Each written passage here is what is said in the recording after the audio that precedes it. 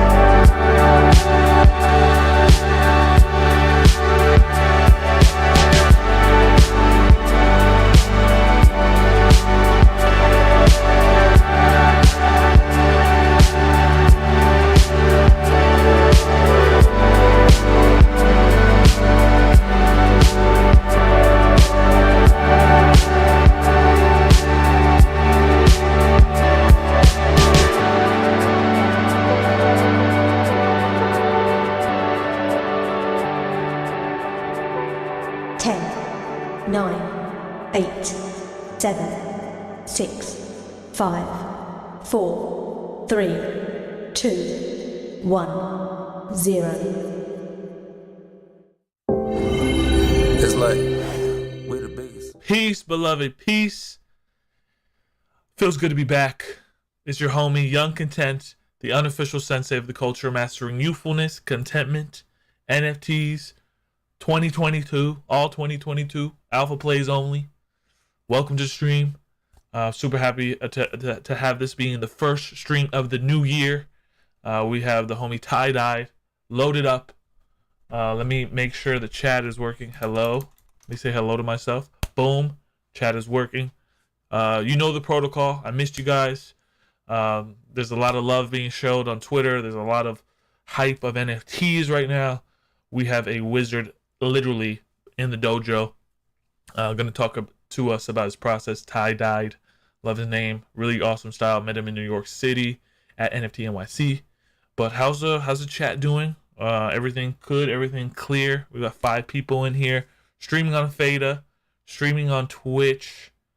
I want to press a button because I have this new alpha play only thing. Let me see if it breaks the stream. Hold on. Alpha plays only. Alpha plays only. Alpha plays Alpha play. only. See, it keeps going. Let me shut this shit off. Boom. So that didn't break the stream. Let me look at the CPU on my computer because I got a fucking dinosaur computer. Hopefully everything working well. Guys, the toys are selling slowly. So we got around 70 toys left. If you want access to the dojo, the Discord called the dojo, get a toy. Shout out to Smoke. Shout out to Doman. Tell grandma. I I literally should be on Instagram saying that we're live right now. I actually could do that, but I think I'll break the stream. Let me try real quick. Fuck. Hold on, let me go here. Instagram, original, send, boom. But yeah, Tie-Dyed is a legend. We'll be with him in 1 minute. Live. Check link in bio. See, you gotta market yourself, man. You gotta fucking put yourself out there. You feel me? First stream of the year. I just got back from Mount Shasta. Very alien over there. Very fucking alien. So we'll talk a little bit about Mount Shasta. Went to this fucking cave. Felt like hell. Yeah, without further ado, let's bring in the homie. Sheesh! Dude, you're everything good? Yeah, what up? Can you hear me? Yes. Thanks. Hey, dude, what's I know good? the ninjas got you to the inside the dojo. You okay, right? They kidnapped you, you're good, right? They didn't I'm scar you, good, they bro. didn't I hurt don't you. even know where I am right now. Yeah. For real, you're in the dojo. That's We're in it. a secret location. For real. Secret, keep it secret, bro. Windows tinted and everything. Yeah, absolutely. First and foremost, thanks for being the first stream of the year. How are you? How are Dude, it you? feels How are great. you? I'm doing amazing. Feels good to be here. I'm honored to be the first stream. So thank you for inviting me. Feels great, dude. Dude, the first stream has to be the most stylish person. I think you're one of the most stylish, humble people in the space. Hell yeah. Well, thank you. That means a lot to me. Coming from you too, bro. You're killing it all the time. So that means a lot. No way, we're killing it. I wanted to, yeah, how was your new year? Did you take a break from all the NFT madness? And I know we had this planned for December early, but yeah, so with the December, I got sick from New York City, NFT NYC, got COVID, pretty brutal, fucking double vaccinated, everything, still got it. So missed Miami, and New Year's came around and I was just chilling, honestly. I took a break from Twitter, took a break from NFTs, kind of took a break from everything and just did my thing, made art, chilled, took a lot of time to myself. And now I'm back at it though. Bro, you're back on the grind. Let me check this.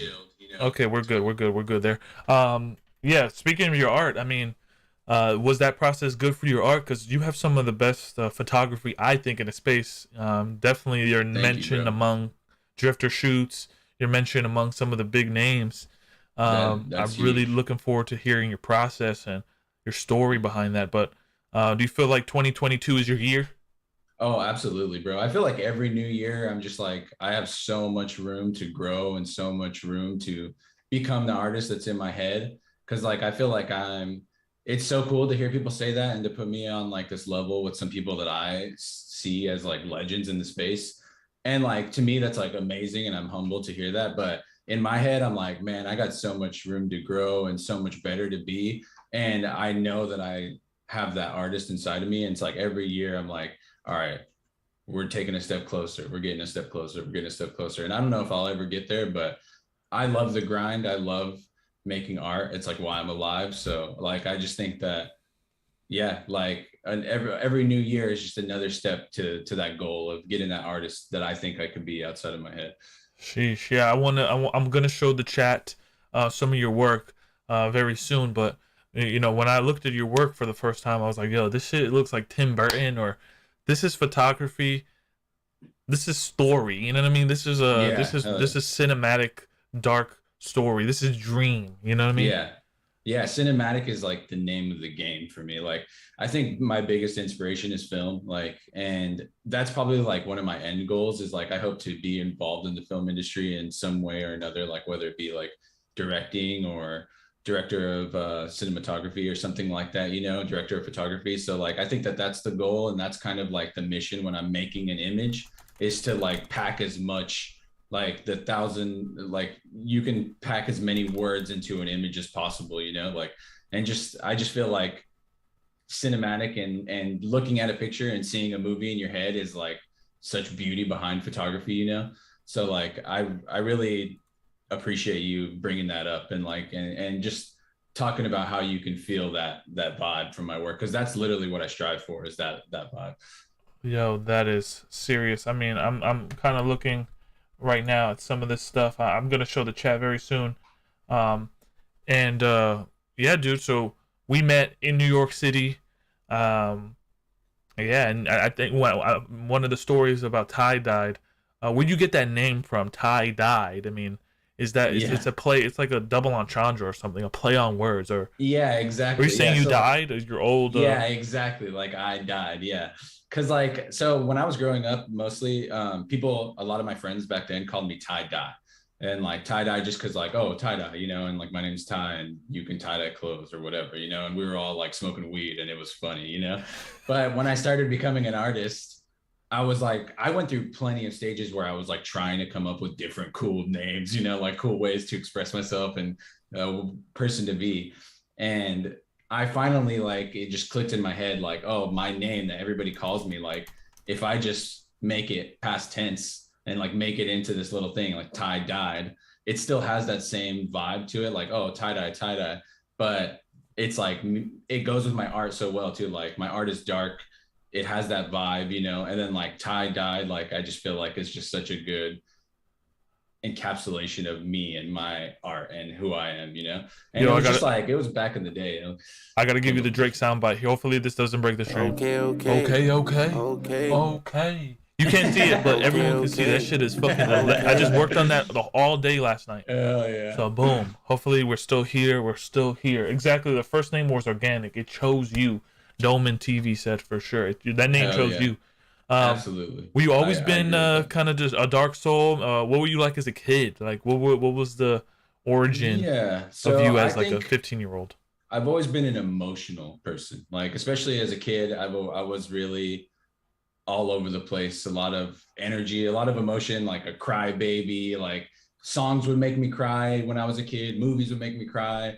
Like everything would like scary movies would scare the crap out of me and keep me up at night. And I had like the craziest imagination, like I always thought there was monsters in the closet and always shit like that. Like where I would like scream for my mom to come like close the closet door before I would go to bed and shit like that. So I definitely feel like I always had some darkness in my brain, like somewhere, but I do think a lot of it came throughout my childhood, like and my teenage years, a lot of that darkness, because I had a pretty rough childhood. Like my parents got divorced really early when I was a kid.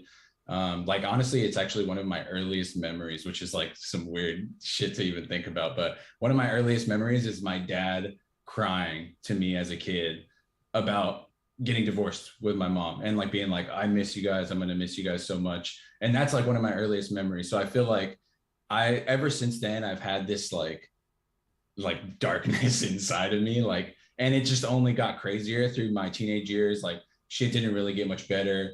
My mom was a drug addict and I lived with her most of my life. And it was just a lot of rough times of dealing with this shit and like becoming an adult way too early, like trying to like take care of my mom when I was like 13 and like fighting off boyfriends and all this shit. And I think a lot of that shit led to who I am today, of like having these feelings inside of me.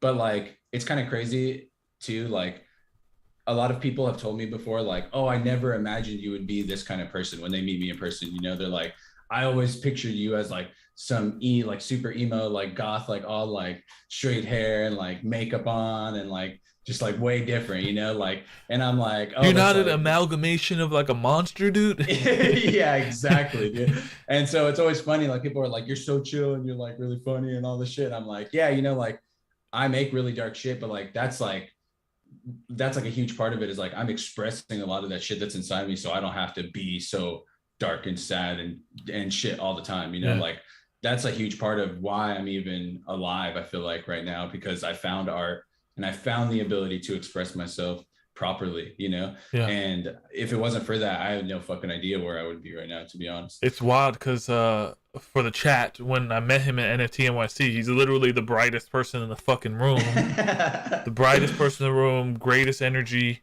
around all these people. I mean, what do you think about just this wave that we're under of like metaverse celebrities? Because you were there. I mean, you're pretty big. You're big in the game, and you were just the nicest person. I think that's shout out to you. Shout out to all you've been through, I guess, for making you that way. Yeah, I appreciate that. And yeah, I don't know. I think that I've always felt kind of disconnected from people in general, like especially that are like into being successful and making money and shit like this, like and people that are just like, I don't know. I've always found myself as to be like this weird, like emotional artist that just keeps to myself and just does my own thing. But I always do my own thing. Like I don't give a fuck what people think about me, if they're cool with me or not. Like if you want to be my friend, then cool. Like, you know, like I'm down with that, and we can be homies, you know, and it's really easy to be my friend. But I don't really care if you think I'm stupid. Like I was wearing like a lot of different crazy outfits, and I'm sure you got some glimpses of some different shit when I was there. And some of You them had were the like, you had the it raincoat. You yeah, had the for real. you Yeah, had the that yellow raincoat. I think there was a yellow so hard. Yeah, the super long raincoat. Yeah, I fucking love that thing too. But even at this other time, I was wearing like this little cardigan that has like some hearts on it and bunnies and shit like that. And I was just walking down the street in New York City, and this dude was just like, random dude that I'd never seen before, random New Yorker, just like stopped and looked me in the eyes and was like, that's the gayest shit I've ever seen in my life.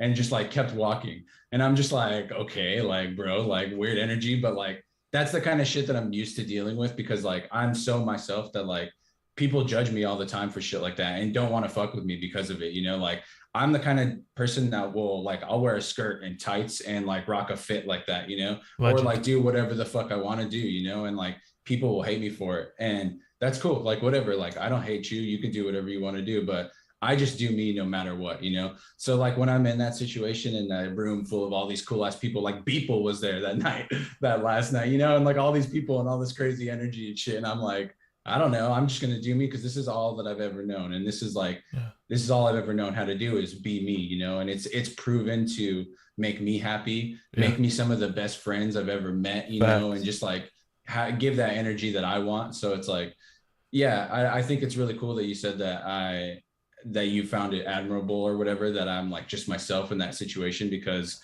I don't even think about it, you know. I'm just in there like, oh, what's up, bro? Let's fucking hang out. It's just fascinating how some people that have been through the most shine the most. I mean, there was a quote I always say to the dojo is, you know, the broken are the more evolved. That came from Split. I agree with that. The broken are the most evolved type of person. You know, I think if I'm in those situations, I could feel awkward too. But and I feel like it's relevant to talk about that, because we're going to be doing more of these NFT events, and it's going to scale and grow and grow and grow. But I want to talk a little bit. I actually pulled up a photo of yours right here. Maybe you can analyze it real quick. Here it goes. Switch screen. This one right here is fucking epic. I don't know if this is in California. How the hell did this photo become what it became? Can you kind of break this down? Is this an NFT that I could buy right now? Is this a one of one? Are you seeing what I'm seeing? My stream is like a second behind the one that I'm watching. It should pop in any moment. Oh, there we go. Yes. So this photo, this actually is, I sold it at the very beginning of my NFT journey. It was like because it's one of my favorite photos ever. I sold it on Bitsky, like I would say maybe March, something like that, 2021. Yeah, and it was a one of one, and it's just out there. Somebody, the collector, bought it for pretty cheap. Were you upset that you had to let go of this photo? You know, in a way, I feel that like emotional attachment to it. But I also feel like I will continue to make art that's better than the shit that I've made, you know? So a big part of me is like, you know, I'm the kind of person a lot of times that will hold on to the things that I love the most and not let them go. And a lot of times in my life, I felt like that shot me in the foot, you know, where I'm like, I'll hold on to everything that I love so much. And then I get to the end of the road and I never shared all my most beautiful shit, you know? And I never like gave the world a chance to really experience like what I can make, you know? And so I think with things like this, like maybe I let it go for too cheap or whatever, you know, at the wrong time or this or that. But, you know, it was all a step in the journey, and it's a step in my journey as an artist and as a business person and everything, you know? And like, I think that maybe one day that will be a good investment for somebody that randomly believed in me back then, that got it for way cheaper than maybe it could have been now, you know? And I believe that I'm on a path to make bigger and better things, you know, like regardless of whether or not how much I'm emotionally attached to that image. And I mean, like, I still post it and I still share it. So I still have the ability to feel like, oh, like this is mine, you know, but I don't necessarily have the ability to sell it anymore. But I do believe that I can move on knowing that like I'm going on to bigger, better things. And this was a step in my journey, and it showed the world what I'm capable of in terms of creation, you know, like in my first couple debuts, you know. What is the story behind this? What was the energy you were So feeling? What so was this that was what was a that emotion? What does this mean? so this was a picture I took in Nahant, Massachusetts, which is honestly one of the most beautiful places of all time. It's where my girlfriend's from. I feel like that place is haunted. I'm just It joking. is literally haunted. It like honestly, like Massachusetts in general is just like, dude, like every place looks like it just reminds you of like witches and ghosts and shit like that. Like everywhere you go in Massachusetts. And this town in Nahant, actually the house right behind me. So I'm like looking towards the like bay in this picture. And there's a house to my left and there's a house right behind me. And in the house right behind me, they used to harbor witches there back in the like Salem witch trials. So like when witches were being hunted and burned, they would save them and hide them under the gazebo. There's like a whole little thing, and the gazebo is still standing from like the I don't know 1700s or 1800s or whenever that happened, and it has like the weirdest energy there. You know, when you're there, you just feel that like creepy witch. I don't even know how to explain it. You know, there's just like a darkness there. Yeah. And so like one of my favorite things to do is shoot after the sun is gone and before the sun comes. So there's like a really specific time of day called blue hour, and twilight in the morning and at night right before the nightfall, you know.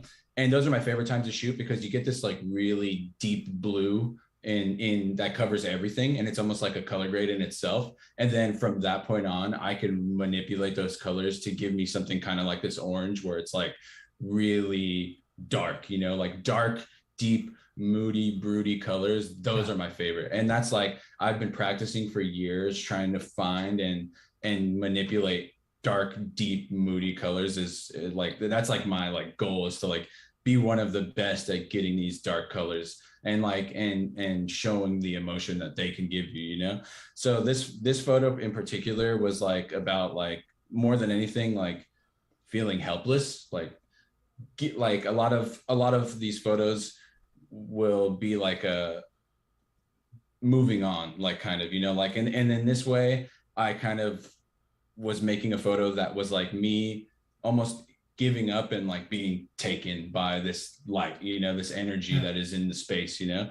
And also if you kind of zoom in, you can kind of see the eyes are a little bit like seeping out of the heads and being drawn up. And in my head, that was kind of like the lifting of that energy, you know, this person that is just a normal looking person in a normal looking ish yard, you know, but a little late at night with this dark color being lifted by this like unseen energy, kind of just like everything drawn out of them. And it's kind of like take the weight off my shoulders kind of feeling, you know, like and lift me away kind of shit. And it also creates like this dimension in the center of itself, in like a portal Absolutely, yeah. of the entire matter. You know, it's beautiful. Yeah, definitely. Yeah. And I will go with that feeling a lot. I really like to work with, like, I feel like a couple of my favorite things to like portray in my photography is like chaos is one of my favorite things to portray. So like, even like if I shoot in like a house or like something like that, or like if I'm in somebody's building or something and I'm shooting, I never clean up. I never like to make things look perfect. And there's a lot of photographers that do that and they do it really well. Well, they'll be like super clean walls or really good wallpaper. Like there's a photographer that I absolutely fucking love. Her name is Brooke DiDonato, and she's like blowing up in the space right now too. Really amazing photographer. She's already been like huge and successful in other things, but in the NFT space, she's like really balls rolling. But she works with like really plain wallpaper, you know, and like it'll have like a face popping out of the wallpaper, and it's like really clean and subtle. And I've never worked like that before in my life. Like I love chaos, you know, like everything that is wrong with the apartment or that feels off, you know, I like to keep it there. Or like thousands of arms coming out that make you uncomfortable. That's one of my favorite things to feel, you know, is like when you look at it, you feel uncomfortable, you know? And so with that orange picture too, another thing that I like to work with is like a monochrome, like emotionless state, you know, or like maybe just like one emotion and that's going through the whole thing. And like the whole monochrome color is like maybe one of my favorite ways to work with like photography. And I think that that picture is a great representation of that style of like the deep, dark color, you know, like, Yeah. and that just brings so much emotion in itself too. This is what's fascinating with you. Let me get to the chat real quick. Kelsey White says fire. WRLK said that's a powerful thought about not letting the rest of the world enjoy you and your creativity. He's right. I used to live in Springfield and loads of masks looks like that, opposing the golden hour for sure. It's funny because you were saying that you were trying to be a director of photography. I think you're on that way. I mean, you're grading your photos Yes, in this alchemic process, and it's I feel like there's some you're probably going to be doing a movie one day with all these characters or something. That's my goal, there's literally man. loads and loads of story in just your photos. Yeah. And like, I also love to, I actually, before I ever got into photography, I was into writing, like writing poetry and writing random shit. Like when I was growing up in like super emo teenage years, like I used to get like drunk with my friends and I had a typewriter and I would sit there and write poetry. Like Charles Bukowski, I have him tattooed on my leg. And like, he's like in my head, he's like, I don't look up to him really because he's kind of a piece of shit, you know, like he's kind of like this really shitty person. But he was an amazing writer and he was so good at showing the most real parts of himself that even he felt uncomfortable with, you know, and like that even regardless if they made you uncomfortable or if you disagreed with him or hated him, which I disagree with and hate a lot of parts of that man, I still have a huge admiration for the way that he was able to write and express himself. So I used to just like get drunk and write all the time and on this typewriter, and I have thousands of pages still. My brother gave me this like binder that he had of just poetry, of just writing. And I think that with my photography nowadays, when I'm making a photo in my head, I write at the same time, you know. And a lot of times, like actually my newest post on Super Rare right now, I actually wrote a huge thing for it, and that was after the fact. So like I made the photo and looked at it and felt the story that I was creating the whole time. And after the fact, I sat there and wrote out the whole thing, you know, like this is the story that it's telling me, you know. And even before I even completely understood what I was creating, I knew that there was this story there, you know. And so like I feel like that's a huge part of it is the story. And I think that's why I connect with cinema so much and film, because film to me is the epitome of art. Like that's like the top level, you know, that's where music and photography and video and all this shit all get together. And and you make film, you know, and like, so like all these things that I love doing, I feel like are just steps to get to that point in my life where I can tell a story for an hour, you know, or for an hour and a half, 2 hours, whatever, you know. Do you like the film, the writing process and what you do here just because what attracts to you, what attracts that to you the most? Is it the legacy of like living on past your art, or is it the just being involved in something that you know?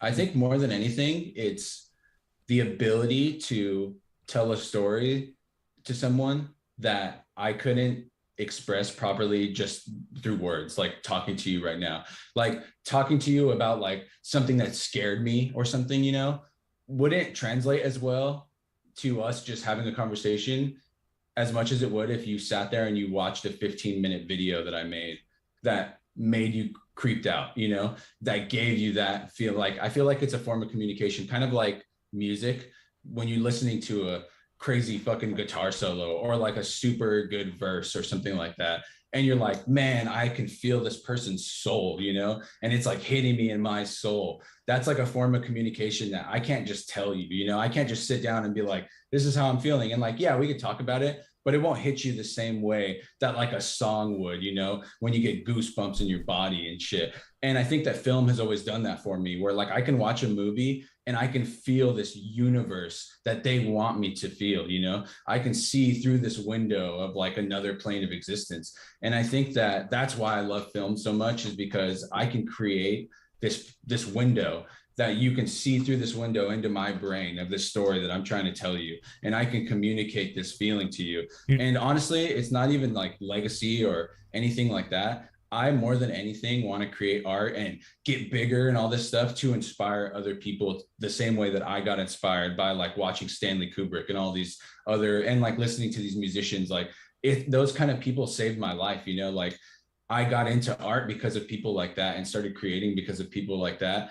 And I owe my life to them. So like if I can do that to other people that were in my position, if I could do that to other people that were in my position, like that's everything to me, you know, like that's good, you know, like I don't need to be a multi-millionaire. I don't need to like have like box office movies or whatever, but like if I can touch some people out there that need to be touched the way that I did, like I think that's I can die happy with that. Abracadabra, it's coming, bro. Be ready. Absolutely. Magic is on. Magic carpet is literally coming to your front door, so you can make some, so you can resurrect Stanley Kubrick.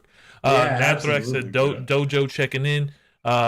WRLK said big Sensei energy in this stream. Ty's typewriter, you tell beautiful stories in your work. Hell yeah, I appreciate that, really do. I've been trying to incorporate that vibe into my work a lot more lately too, like the writing vibe. Yeah. So that's dope that people can get that connection. Speaking of letting people inside your mind, what is going on in this photo right here? This is very I think I just pulled up your super rare. Super attractive. Yeah, absolutely. I feel like I need you on a movie in 10 years to be the creative director or something, bro. Like I did. That's the vibe, bro. I'm working. I'm trying to get there, dude. I'm trying to get there. This is literally your mind on canvas. It's kind of wild here. What is going on in this photo? This is one of my favorite pictures I've ever made, I think. And that's why, like, so it's a little bit higher than I've ever sold anything for before. I've been slowly trying to figure out like, oh, what's my work worth? What should I do? This and that. So I have the reserve at this one at 4 ETH right now. And I feel like I'm capable of becoming worth way more than that, you know? And this is a little bit of a big step between my last piece sold for 2, which was one of my bigger pieces. And I'm on this path right now where I feel like I need to start putting out the pieces that I feel the deepest connection with, you know? And this piece right here is, like you said, this one is like a true representation of that window into my brain, you know? So like when I'm out and about and I'm making art and I'm doing my thing, this is what I see in my head when I'm like, oh, I can make something right here. This is, oh, I can imagine a movie right here. I can picture this vibe right here, you know? This is like one of the best representations of that I was able to make, you know, and to be able to translate to people. And if I ever did make a film or anything like that, you can guarantee there would be a vibe like this, like in that shit a lot, you know. Where do the character designs come from? Is that something you're hand drawing? So it's a mix kind of I like to, so depending on the photo or the picture or whatever, a lot of the time I'll take silhouettes of either like pictures from Unsplash, which is like where you can get like royalty free pictures that other photographers took, or I'll take them myself of me. Like a lot of my pictures, I would say like 95% of my pictures are photos of me or my partner. And so like I will have those photos and like make them into silhouettes and then cut them out with a pen tool, put them into Photoshop, and then I'll start to work on them. So like I'll use some brushes and I'll drag out the body parts. I'll bend the back. So like there's a mixture of kind of drawing there. I'm not like a great artist with like a pencil though. So I tend to grab figures and alter them. So that's like my favorite thing to do is photograph stuff, cut it out, and then alter it, you know? So with this one in particular, like the guy that's coming out of the portal, that's a picture from Unsplash of like a dude that was swimming in the ocean. And it's like a photograph that some random photographer took, put it royalty free of just his friend swimming in the ocean. And so I cut him out, made him dark, put him in the portal, and made it this whole vibe kind of that he was coming out of like a different ocean, like in the sky, you know, that is like connected to our world, you know. That's where that process even started to come from. And so the other guys are silhouettes that I've been using for a while, that I've kind of started to incorporate into my work. It's got a lot of like Death Stranding. I don't know if you ever played that game, but Death Stranding vibe, which is like these like shadowy figures that like come from death, essentially. They are death. And they're like looming around and shit like that. And it's kind of got like a Simon Stallonhag vibe to it too. I don't know if you know who that is, but he's also like a really good, he paints and draws and makes like worlds like this that are like movies in a picture, you know? But yeah, I think that this is like a really good representation of like what I'm capable of in terms of storytelling with a single image, you know, and just what could be if this was a movie, you know. Bro, I could literally stare at that forever, Hell yeah. and literally, you know, in essence, go through an entire season fucking of Netflix just looking at that whole thing. Dude, absolutely, yeah.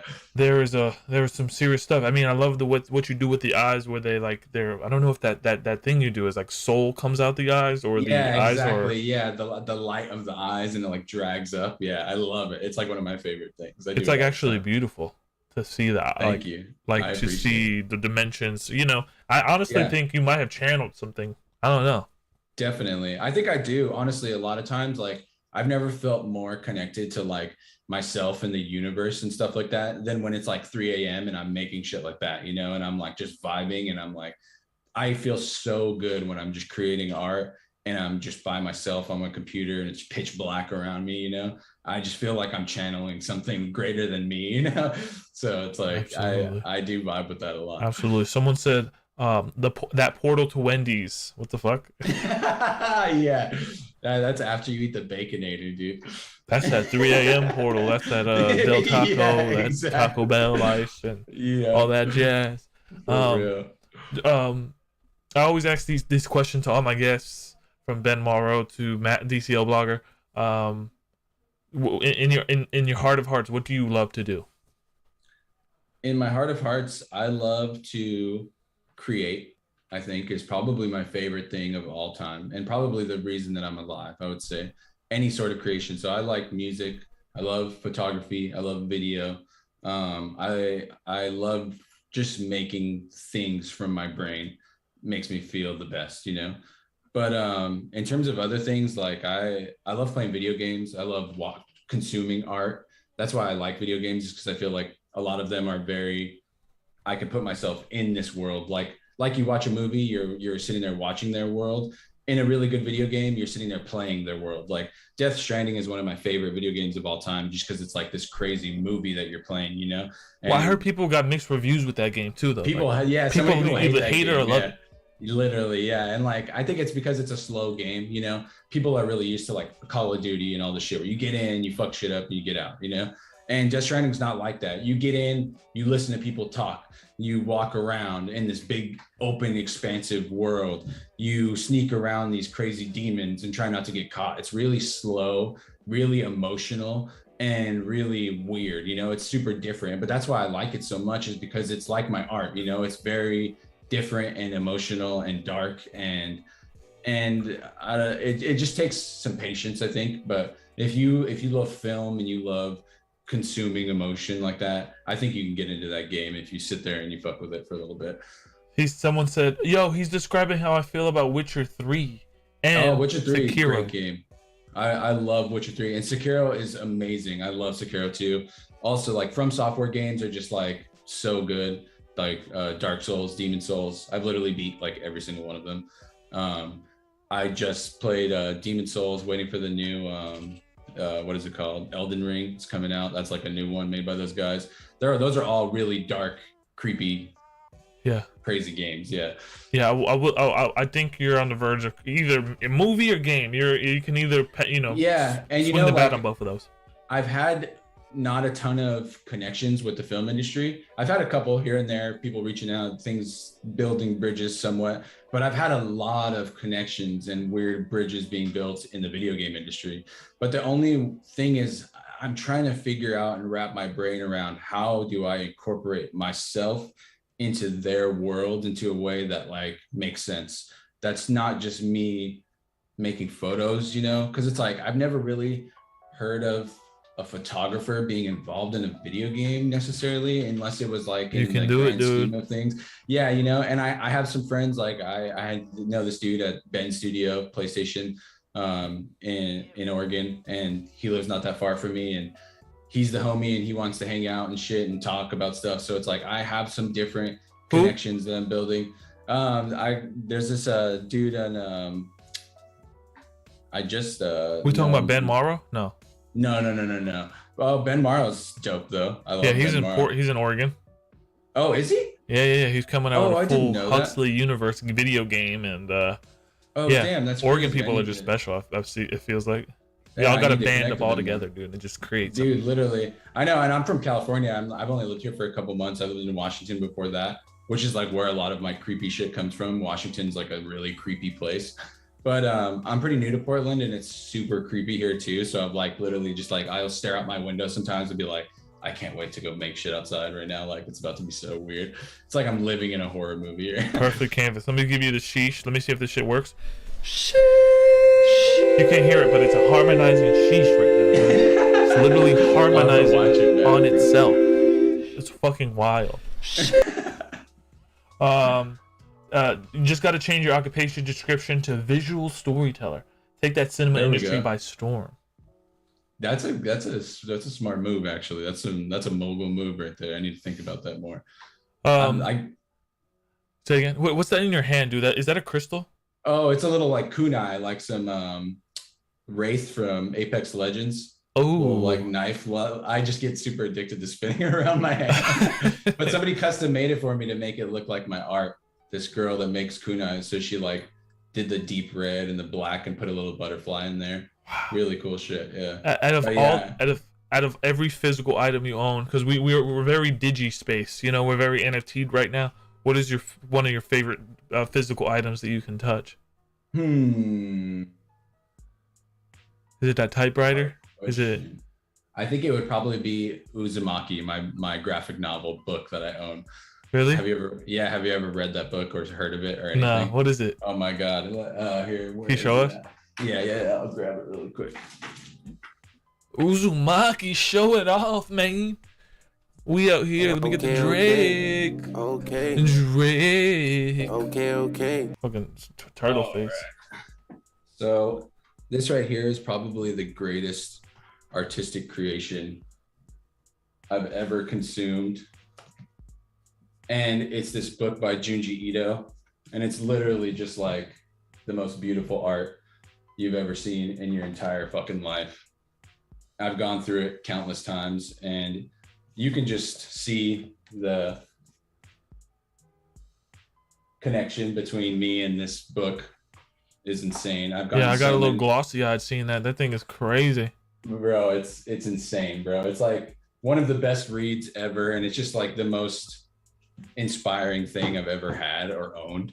And it's like it's inspired so much of my art and so much of my creations, and like I just love Junji Ito so much, and that was the first book I got of his, so I'm just like I love it it's so powerful that words, like, you know, the Bible, it says that the word is life. It's the same thing when it comes to those. That could be life as well. It's like definitely life oozing out of that. It literally does. Yeah. And it's like creation oozing out of that. It's like such a good representation of what mankind is possible of if they just let loose, you know, like this dude made some shit that I've never seen anywhere else before, you know, and it's just like it touches me every single time. I just love it so much. It's probably my favorite thing. Dude, is that a manga? Is that a manga, right? Yeah, it's a graphic novel manga. Yeah. Wow, and is it have you been to Japan? Have you studied that culture? I mean, that is another like level of like darkness there that's beautiful. I mean, it's just a beautiful, like, this darkness is actually beauty. It's not a connotation that's negative, you know? Yeah, I think anime is one of my I was mega weeb when I was a kid. I like even had the Naruto headband and I would wear it around outside and shit, like go to the store with my mom with a Naruto headband on. But I actually did go to Japan in 2017. I went for 2 weeks, and it was probably like one of the greatest experiences of my life. Like it was like one of the most eye-opening things to see like how human beings can be so creative and like so well.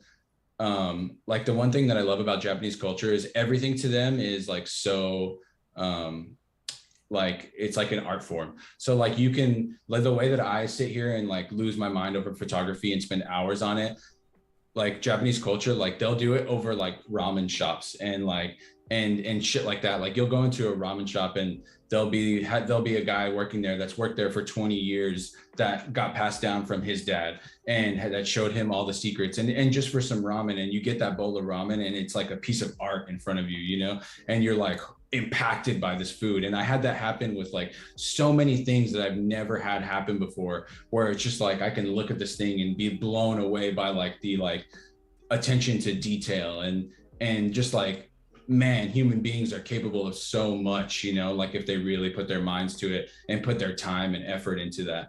And I think Japanese culture is like a really good example of that. Like if you work hard and devote your time to something and become a master at it, like you can make it into art, you can express yourself through that thing, you know? And like, I just like every nook and cranny and everywhere I went was like so eye-opening. I truly do think that going to Japan and coming back really made me a better artist. Like it really did. Like I was able to see things in a different way, kind of. Wow. I love how you said everything is art. Everything is art in that area. Even with the Mexican culture. I mean, speak on you're a Mexican American man. I'm Guatemalan. There's some glory in all these cultures that you're taking. I want to tell you, what do you think that humanity has to do to reach that level you're saying? Yeah, I don't know, man. It seems like more than anything, American culture is just kind of lost in that sense of like artistry, you know. It's not about the creativity or the art so much as it is about the success, kind of, you know, or like the end goal of the whole thing, you know. So it's like I don't know. I think that's a hard question to answer. I think that people should take more time to do what they love and to figure out what it is that they love. And when they do figure that out, to put all of themselves into it, you know, and to really put all themselves into it. Because I think that, yeah, like you can love taking pictures and you can love doing this and that, but if you only do it a couple times a week even, or a couple times a month, you know, like you're not going to really get to that stage of like becoming a master at your craft, you know, and becoming and like being able to like impact people with whatever it is that you're doing. And that could be anything, you know. It doesn't have to be photography or music or this or that. It could be ramen, or it could be tacos or whatever, you know. And you can make the best fucking food that anybody, like type of food that anybody has ever eaten, that like that impacts them, you know. Like you eat some good food and you're like, you remember that for the rest of your life, you know. Or you go somewhere and like experience something that you've never experienced before. Like it doesn't matter what it is, you'll remember that forever, you know. So I think that like a big part of just finding that piece of humanity is working on whatever it is, finding what you love and working on whatever that is, like with no borders. Like you can't like stop yourself from achieving, like being a master in whatever it is that you love to do. Because I think a lot of people, they give up too early on most things, or just don't think that they have what it takes to get to the next level of whatever it is that they like, you know, and will kind of be comfortable with their situation. Like even with me, I was working at a grocery store. I worked at Trader Joe's for like 6 years, and that shit's a comfy ass job. You brought the Trader Joe's shirts, bro. I know. Bro, hey, for real. I still rock the Trader Joe's shit. I still have all the sweaters and shit. I wear them all the time because like that's kind of honestly like some alpha plays only, bro. Yeah. But like that was a comfy job. Like they treat you so good, bro. Like I had full benefits.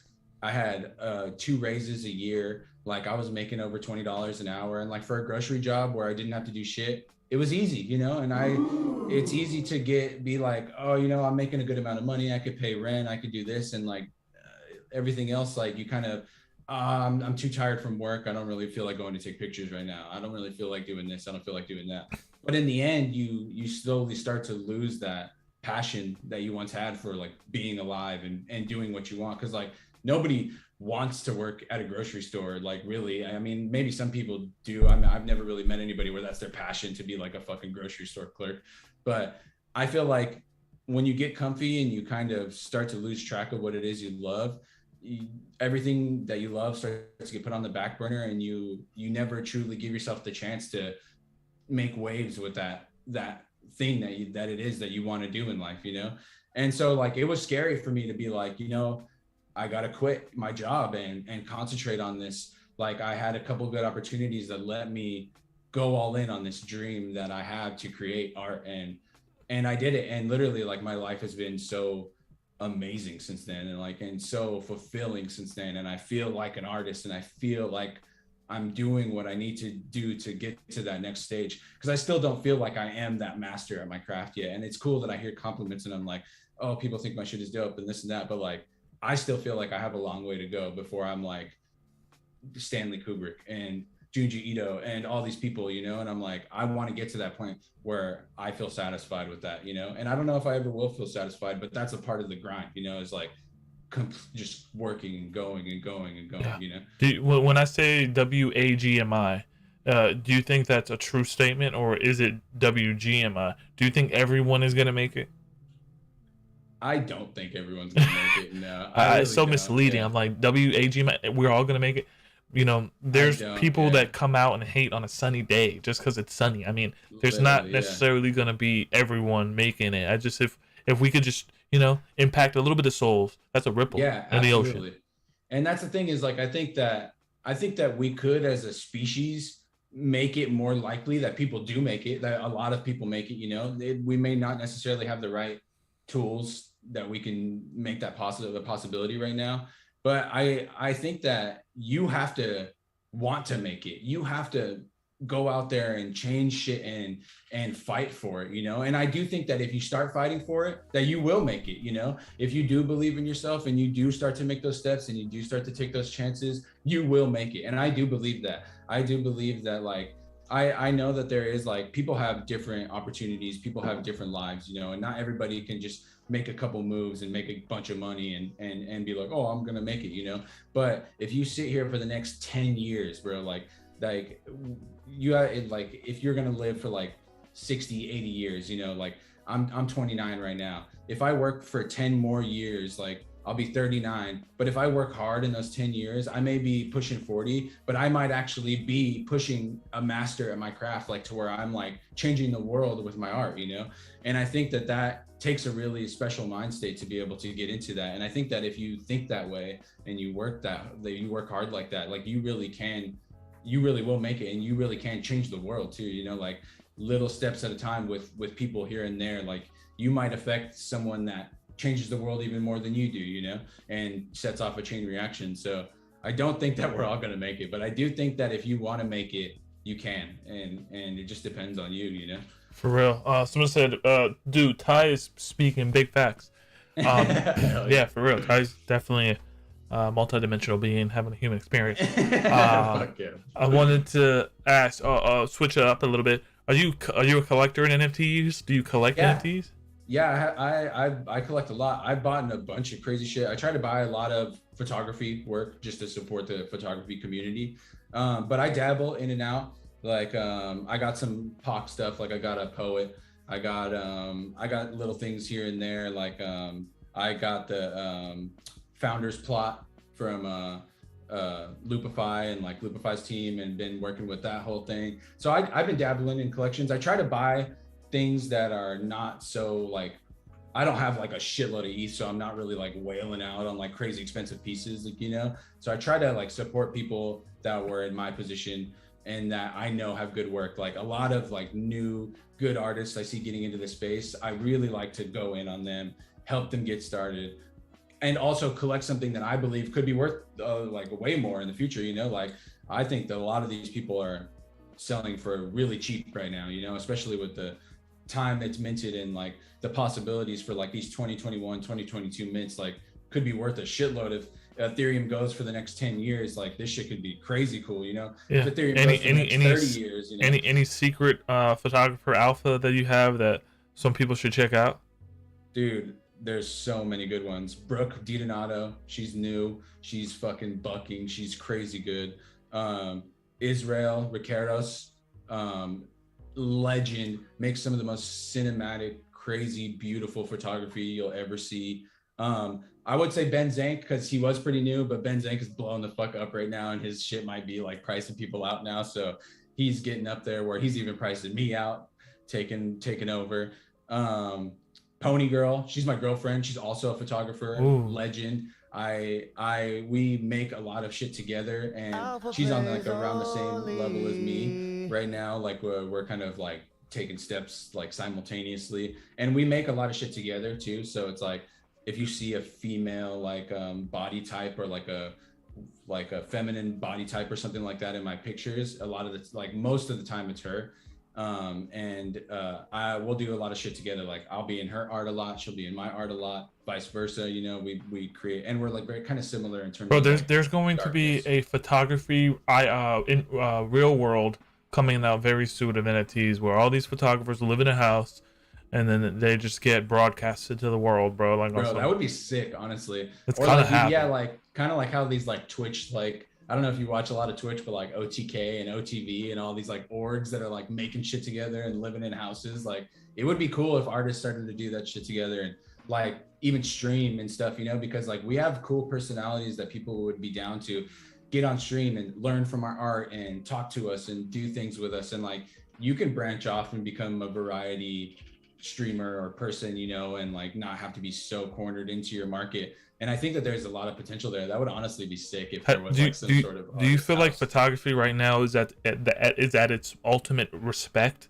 or has it always been respected? Has NFTs wrapped a respect ring around photographers right now, or You know, I think that it has a lot of respect that it's been needing for a while. I do think that photography has always been seen as kind of like a Instagram brand influencer kind of vibe, you know, and it hasn't had a lot of respect towards the art side that it has. And artists, like really like artistic photographers, have historically been really broke and not had a lot of opportunity to make a lot of money. Like people like me can't really get brand sponsorships with like Sony and Adobe and shit for some reason, even though we make really cool content with their products, they see us as a brand risk for whatever reason, you know? So it's like we historically haven't had the same opportunities as a lot of other artists have. And I think that with NFTs is really shown how our value in a lot of ways, you know? But I do think that there's even more room to grow, you know? I think there's a lot more respect coming for a lot of different types of art, but I do think photography has even more room to grow too. yeah, for real? It's I was a photographer, still am. You know, photography literally helped me, kind of just express myself, save my life. Photography literally was the first thing I ever thought, and the first art form, and yeah, they're definitely. I'm just noticing a little more respect here, and with Definitely. like these Time articles that are highlighting NFT Yeah, photographers, absolutely. it's Yeah. inspiring. I know It's that so only is gonna inspiring. flood into like Vice documentaries and Absolutely. all these things. And it's cool to just have people like drift at the forefront of that who have like such amazing stories and like are such good people, you know, like we need people like that to open the door to the rest of the world, like show who we could be, you know. Not everybody is like a bored ape or this or that or whatever, you know, like people love to hate on NFTs and all this shit, like, and love to hate on like profile pictures and all these things like Yeah. in mainstream media. It's like they get so much hate. Whenever I hear NFT hate in mainstream media, it's always the same shit. Oh, bored ape profile picture, this, that, same shit. There's no art in it. But like, bro, like if you look a little bit deeper, there's some insanely talented artists that have had their lives changed, that are influencing the art world. Like even just look at Fiwo. Like that's all I gotta say is Ferocious is one of the most impactful artists, one of some of the most beautiful art I've ever consumed. I feel like I've literally cried looking at Fiwo pieces. And the fact that they're in my community and they're making NFTs and they're surviving this way and that their life has been changed, it's like that's what you should be looking at with this whole NFT artist thing. Not all the like moguls that are flipping projects and making all this money. Like that shit's cool and everything, but like all these mainstream people that are hating on NFTs, like saying that there's no art in it. Like you say there's no art in NFTs, like what do you say when you look at Ferocious? Like Ferocious is the epitome of art. Like I don't understand. Like Yeah. like It makes me wonder that we are still early on the bonding curve oh, so of early. Yeah, like conscious consumption. You know what I mean? Right now we're just kind of absolutely. degen consuming, and Definitely. There's so eventually it's much. just Yeah. going to be our lifestyles to talk about this. Exactly. And I think that it's going to take a couple years, but I do believe that this technology and this new movement has the potential to be in everybody's life. You know, I can imagine a world where this is just the thing, where you just like, if you want to be an artist, you got to get into this and you Yeah. got to figure it out. Not even art. If you want to be your own video game developer, like look at Loopify.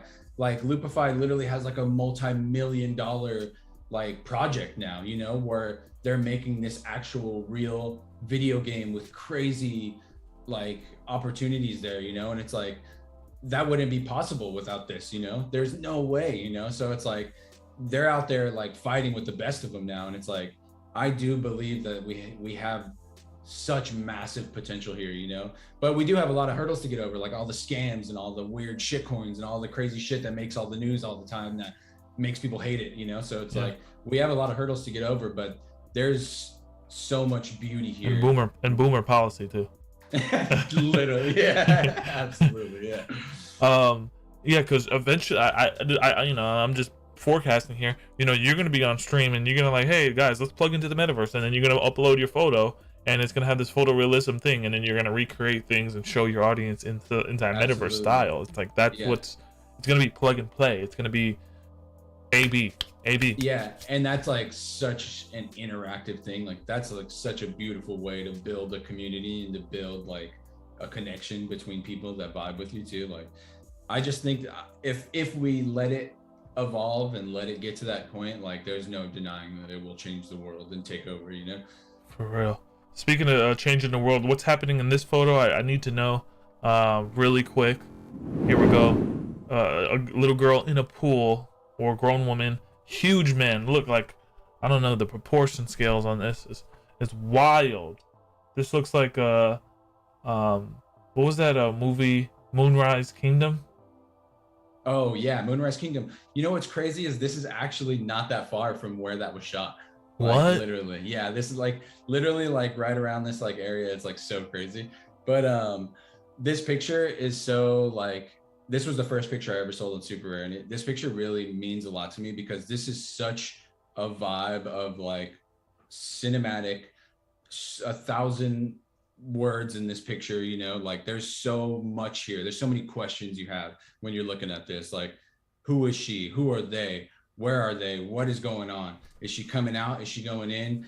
What is happening here, you know? And in my head, there's just such a like conspiracy vibe, you know, like it's like you're not supposed to know the answers. There's like redacted here, redacted there, you know, like such a crazy vibe. And like, I just think that this is such a good representation of my vision of like that dark conspiracy cinematic world. It's one of my all-time favorites. I actually took this picture like years ago too, like 3 years ago now. You know you're doing it right when you actually you have the skin tone separate from, it's a color grade masterpiece. Like the skin tones are like color grades literally are like my favorite. Like it's one of my favorite things to do is sit and figure out the color. Bro, you're making shit that is, I don't know, just it's wild.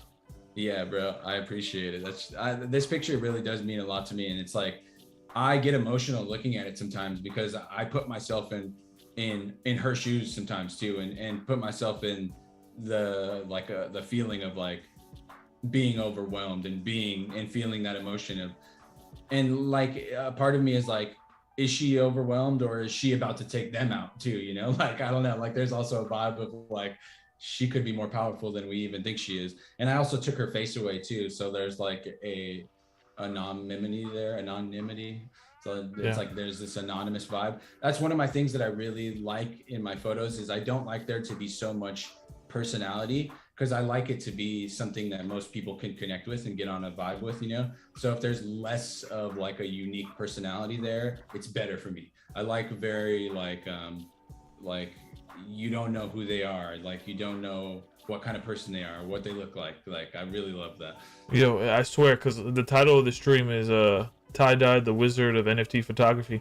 I feel like your photos they tend to have like a ghost to them, you know, like they have like an energy that travels in the digital code of the image. I feel like if I did die, like I would love for you to take a photo of me like in a commemorated way, you know, because I think these things can live on. Crazy. Yeah, that's what I vibe with that energy too. Like I'm not like I used to be like super fearful of death, and like I used to have like a super bad hypochondria problem where like I would get like blackout anxiety all the time, scared of different things that could kill me, or like being scared of like, oh, this is like going wrong in my body. Every little thing that would happen to me would freak me the fuck out, you know? Like my lung hurts, kind of like I must have lung collapse. My fucking ass hurts, I must have fucking cancer or some shit, you know? Like I don't even know, bro. Like I used to get so consumed with it. But grew up a lot and made a lot of different choices and went through a lot of different things and grew away from that feeling a lot. And a huge part of that was finding an acceptance with death and the culture behind death, you know, and not being such a taboo thing to accept this vibe of dying and moving on, and this energy of like moving on past this life that we're in right now. And I think that vibe is huge and it's like very prevalent in my work, you know, like it does have that. My name is tie-dyed, you know, and there's like this fucking vibe of like gloominess and like looming death on the horizon, you know, like you just said, like it's almost like a commemoration to like Ghost in the Shell. You know? Yeah, totally. Yeah. So it's like I fuck with that. I'm glad that you even brought that up, because like I feel like that's a huge part of my work, you know, like that vibe is very important to me. Sheesh. Yeah, someone said this is one of my favorite streams I've ever attended. WRLK, you've been here. LK, you've been here since the beginning. I really appreciate it. We're growing, you know, we got what 5 people watching, but eventually I like to archive this stuff. It's not really about the views, it's literally about who I'm talking with, the conversations. I want to archive it. I want to, you know, absolutely. look back and say, hey, this. Yeah, I mean, like you never know who will ever come back to this and get inspired by what we're talking about, you know. So it's like, it's not about the views, and people that think about that shit will never let themselves create things that actually like make waves and demand views, you know. Like if you never take these steps and do these videos and make your way through it, how are you ever going to get to the point where people can't ignore you anymore, you know, where they're like, I have to watch this, you know. Like you'll never get to that point if you don't take the steps to get there, you know, and do the streams and do the work. So yeah, was there like a specific moment in your life where you're like, dude, I'm not trying to compete with anyone, I'm not, why am I comparing myself with this photographer and that? I feel like that happens a lot in the art world, you know, a lot of comparisons. You know, I think I deal with it still, you know. I think it's something that you just kind of have in your brain as an artist. You look at someone and everybody, to like when you're an artist, everybody that you think is a good artist, you think is better than you, you know. Like I'm always like looking at people and I'm like, oh, how do they do it? They're so fucking good. They're so sick, you know, like, and they inspire me, you know. But I do think that instead of letting it demoralize me, I let it inspire me, you know. I look at it and I'm like, instead of being like, oh, like this person's so much better than me, how am I ever going to get that good? I'm like, oh, this person's so good, I want to get better, you know. Like I want to just be better and always just taking the power back a little. Yeah, definitely, you know. And I think that it's something that you'll never truly get away from. It's just human nature, you know. You kind of like go out there and you're like, you want to be better, you know. So it's like, you still work with it. This is why people always say, they always call me young content. I'm like, dude, I'm young content. I'm literally grateful what I have.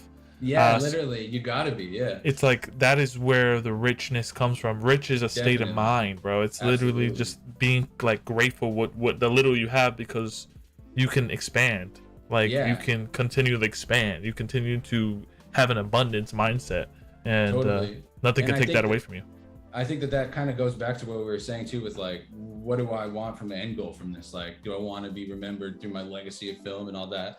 Like, nah, I'm content, bro. I'm good. Like, I have a dope life, like making art and doing my shit. Like right now, I'm paying my bills. Such a dope human. And, yeah, you know, like I'm cool with it. You know, like whatever I'm doing right now is plenty, and I'm happy doing what I'm doing. You know, and I think that's a huge part of being happy in life in general. It's just like, you got to roll with the punches, and you can't just be like destroying yourself thinking and wishing for like a better life, or like the grass is always greener mentality, because once you get there, it's not any better, bro. Like you can get money and you can change your life, but you'll still be depressed. Like I don't know what to tell you. Like you got to start being content with what you have, or else you'll never truly find happiness. I think that's always gotten me through so many crazy moments of my life where like I just gotta like be happy with what I got, you know, and like, and it got me to where I am today. Yeah, in 2022, I made it a goal to myself to not take things so personal. And I feel that totally. And I think that's gonna really help me, propel me in a sense. Definitely, yeah. I think that's huge. I could work on that too a lot too. I get emotional with shit like that sometimes, where I like will think that it's all about. I'm like, okay. You know? Yeah, yeah, exactly, yeah. Yeah, so it's like I think that's a strength for sure. If you can practice getting good at that, that'll be huge for sure. Dude, eventually, the dojo is gonna be doing these things called the dojo getaway, where we kind of like foster intentional community of like, you know, holistic healing and stuff like that. And I feel like holistic healing has to have that darkness too. If you ever do a short film, I would love to. We should collaborate on an event or something where you premiere the thing at the Dojo Getaway or something. That would be sick. And like, if you ever like start to expand too, like I feel like it'd be cool to like do some in real life streaming shit too, and like get some people together and do some shows like that would be fire too. Like have some like little viewing parties and shit. That shit would be sick. Dude, I mean, I literally have one of the biggest deals on the table right now that I got a call today. It's changed my life, and I'm gonna announce it in like 2 weeks, but it's going to literally, it's gonna be a movie. So I mean, your mind itself is something I think will benefit the world. What you have in your mind.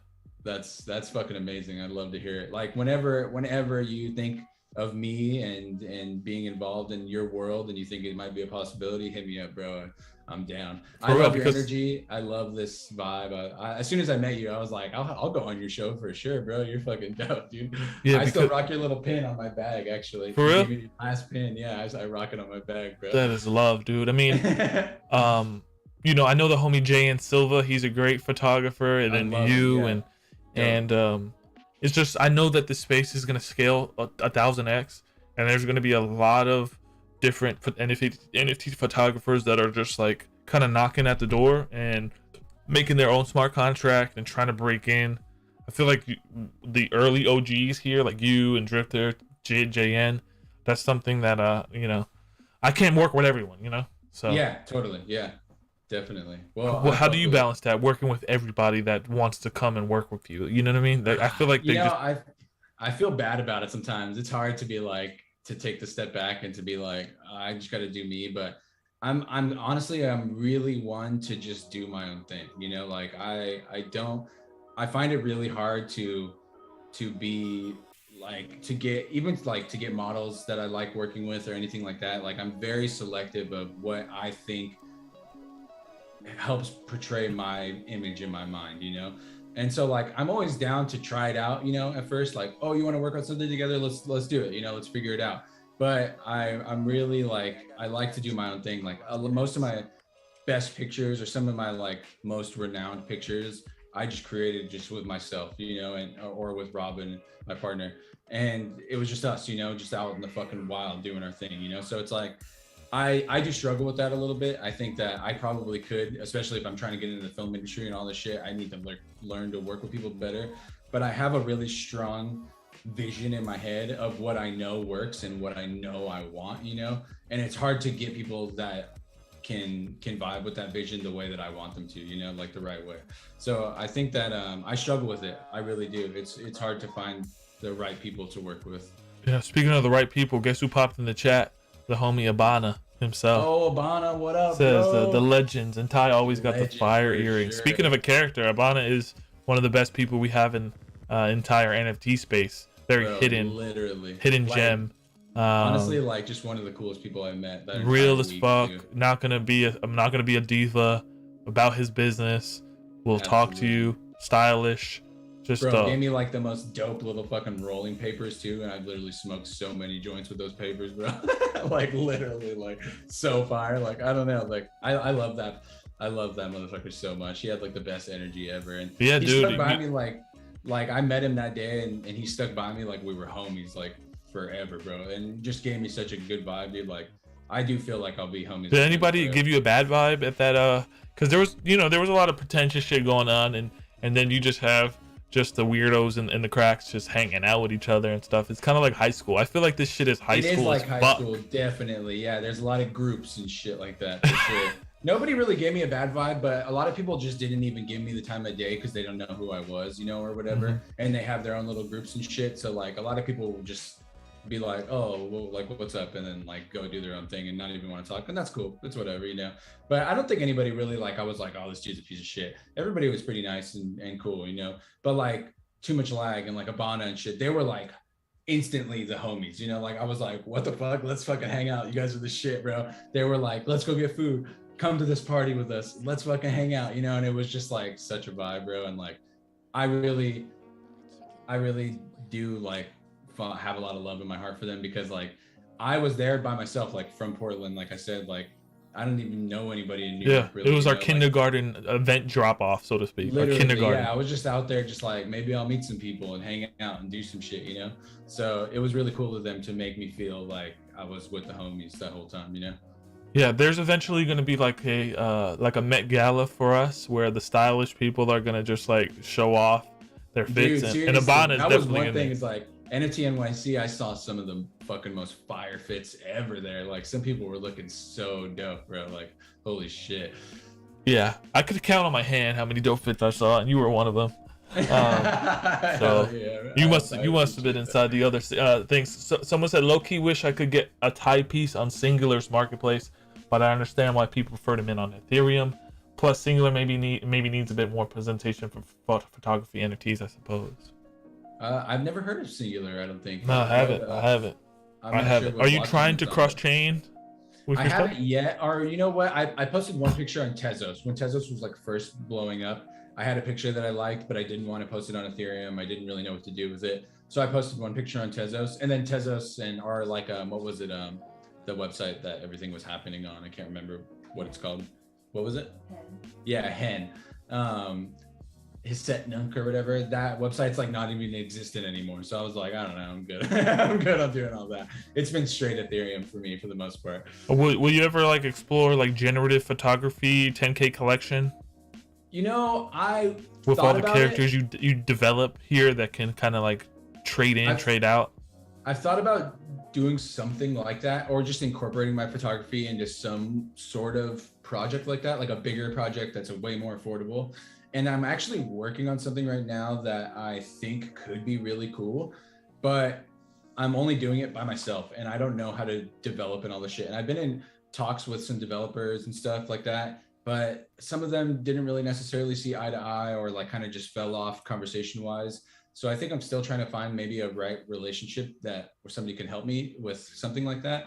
But I do have like a really cool idea that kind of blends some of my different types of photography together, and also something sort of akin to an avatar project, kind of, but not necessarily the same sort of way.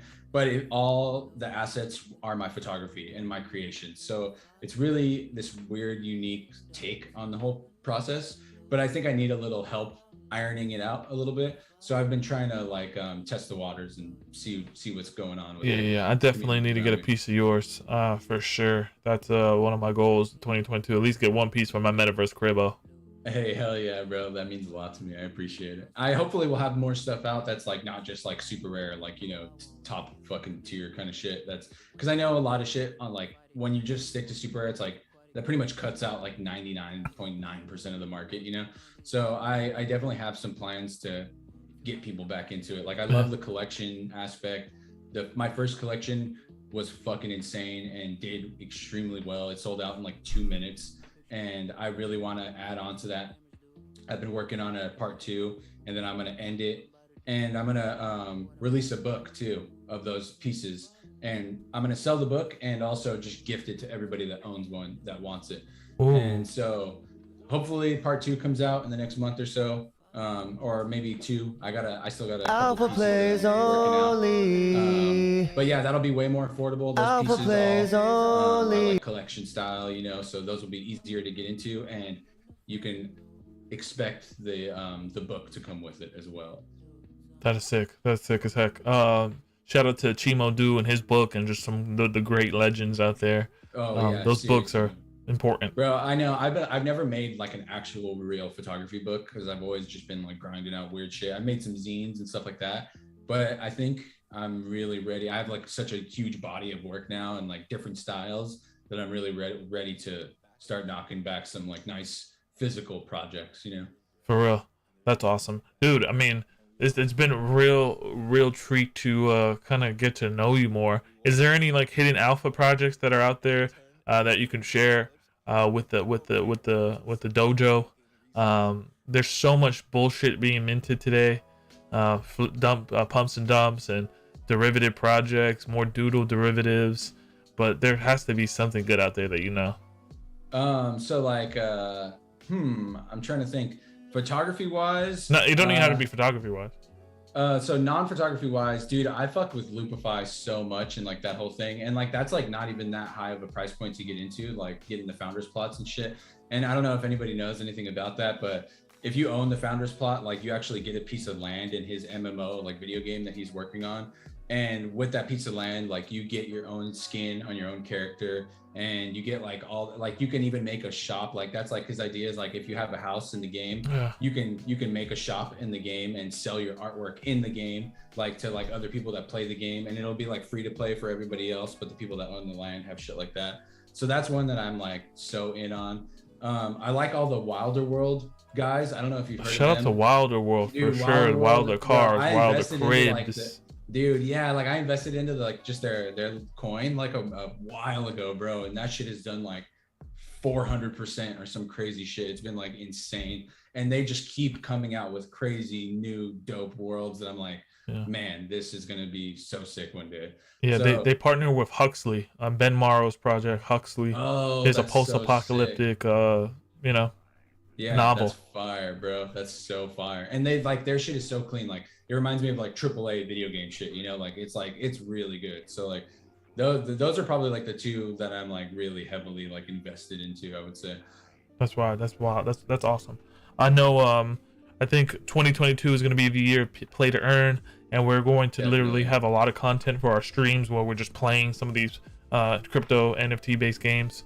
Definitely. And it's gonna be fun, bro. It's gonna be fun. Sure. Hell yeah. That shit's gonna be sick. Dude, this is the part of the stream where going to close. I really appreciate you being here. Bro, learning learning your origin. I'm so bullish on what you're doing. Yeah, dude, I'm kind of inspired. Just your images are just fucking ingrained in the pupils. It's just they do something to your pupils, bro. I appreciate you, bro. I can only imagine that being on a big frame, gold frame or something. Like it's just wild. Yeah, bro. Somebody got a fucking print for me that was like huge in the stairwell. That was like massive. Like I can't even describe it. Like it blew me away. It was like, wow, seeing my work like that was like, holy shit, this is insane. Dude, this is a part of the stream where we tell you to channel your inner sensei, because you are on live with the Sensei 68, number 68 edition. I wish you would have been on 69. That would have been funny as fuck. That would have been amazing. But this one before, you know. For sure. So channel. I'm gonna give you the gong, and then I just need you to channel your inner sensei. You can marry somebody on stream. You can shill something, or you can inspire something. Whatever really is on your heart. Hold on. Let me give you the gong. You know, I just want everybody to find out what they love and work really hard on it, you know, because it'll change your life, you know. It changed my life, and if you just find out what makes you happy and put all your time into it, that makes me happy. I think it would change the world, you know. So don't really feel like I need to say much more than that. That was right there, impactful. You heard it first. Tie-dye. Do what you love. Don't do what you hate. It's not gonna be sustainable in the long run. And I really think that I'm not talented. I'm just consistent. I'm just here. I show up every day. I'm the least talented person. I just show up. I think it might be a different sort of talent, but you're definitely talented. You got some energy, bro. For real, dude. I really I'm thankful for you, and thanks for being the first guest on the new year, bro. For real. Thanks for having me. It was fucking amazing. Thank you. For real. When are you gonna come out with a new project so I can be aware? Part 2 to Things Never Go My Way, which is my collection. You can expect to see it probably next month or two, I would say.